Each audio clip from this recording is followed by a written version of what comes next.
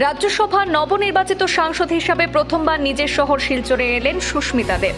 বিজেপিতে যোগদানের পর পশ্চিমবঙ্গ থেকে রাজ্যসভায় নির্বাচিত হওয়ার পর এদিন শিলচর বিজেপি জেলা কার্যালয়ে তাকে উষ্ণ সংবর্ধনা জানালেন দলীয় নেতাকর্মীরা। উপস্থিত ছিলেন একাধিক মন্ত্রী, সাংসদ এবং বিধায়ক।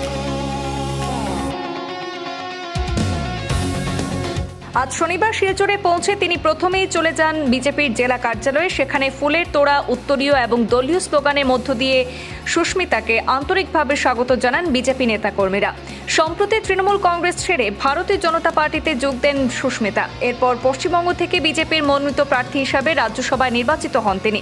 সাংসদ নির্বাচিত হওয়ার পর এদিনই প্রথমবার নিজের জন্মশহর শিলচরে এসে দলীয় নেতাকর্মীদের সঙ্গে সাক্ষাৎ করেন।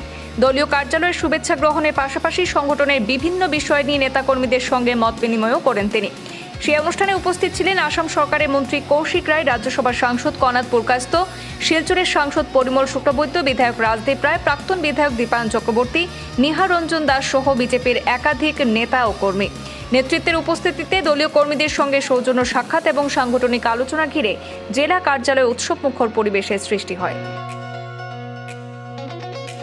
প্রথমে আমি জেলার প্রত্যেক অফিস বেয়ারকে আর মঞ্চে উপস্থিত যারা নেতৃবৃন্দ রয়েছে, আমার সামনে যারা বিজেপির কর্মীরা রয়েছে, আমি অন্তরের অন্তঃস্থল থেকে ধন্যবাদ জানাচ্ছি।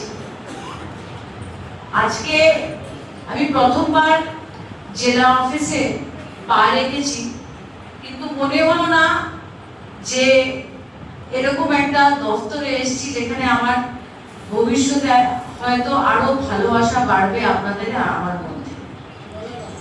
এবং গুরুত্বপূর্ণ কথা হলো যে একটা দল সত্যি বলতে গেলে একটা পরিবারের মতো হয়, এবং আপনারা যখন মাঠে যাবেন, যেটা রূপম সাহা সদ্য সভাপতি বলেছেন, বিভিন্ন প্রশ্নের সম্মুখীন কিন্তু আপনারা হবেন যে এত দশক থেকে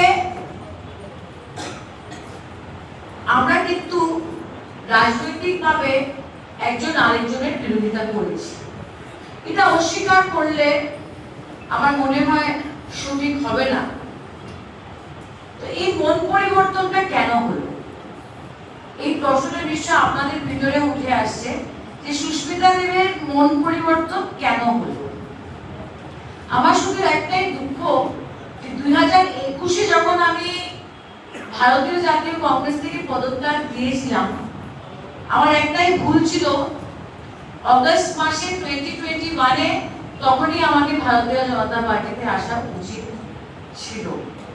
আমি 5টা বছর সর্বভারতীয় তৃণমূল কংগ্রেসে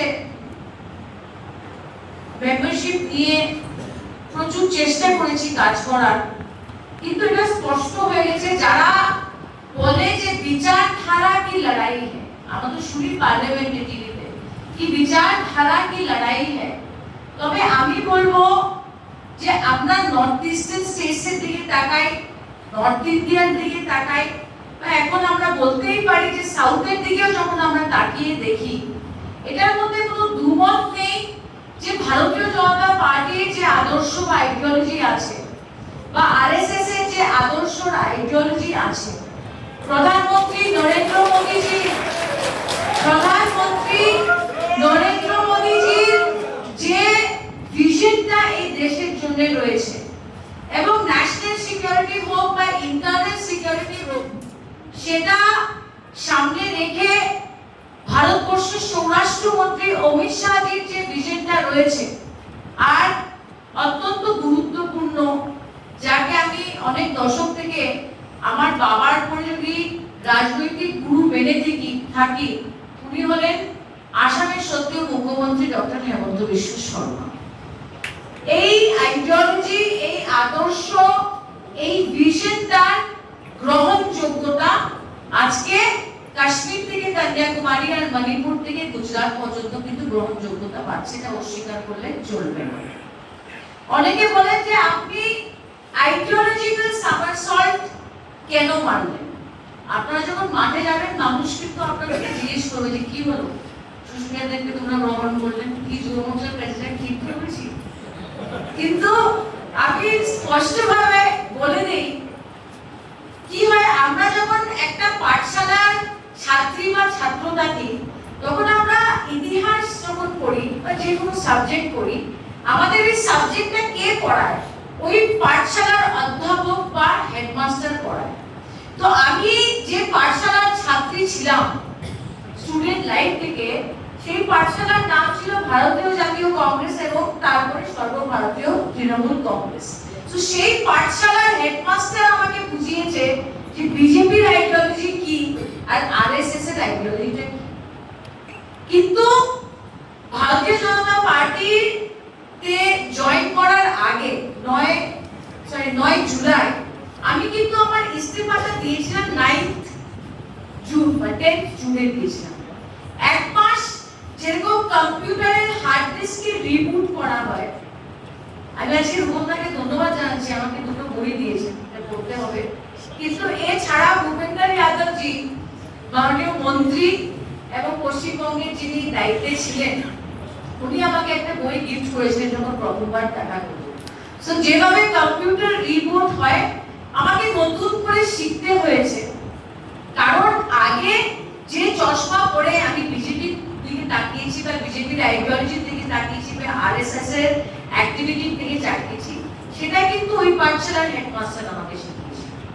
কিন্তু এটা আমি অস্বীকার করবো না, আজকে আপনাদের মধ্যে দাঁড়িয়ে যদি আমি বলি যে আমি সব শিখে নিয়েছি, আমি আরএসএস এর হিস্ট্রি ইতিহাস সব জানি বা বিজেপির ব্যাপারে সব শিখে নিয়েছি, এটা বলা সঠিক হবে না।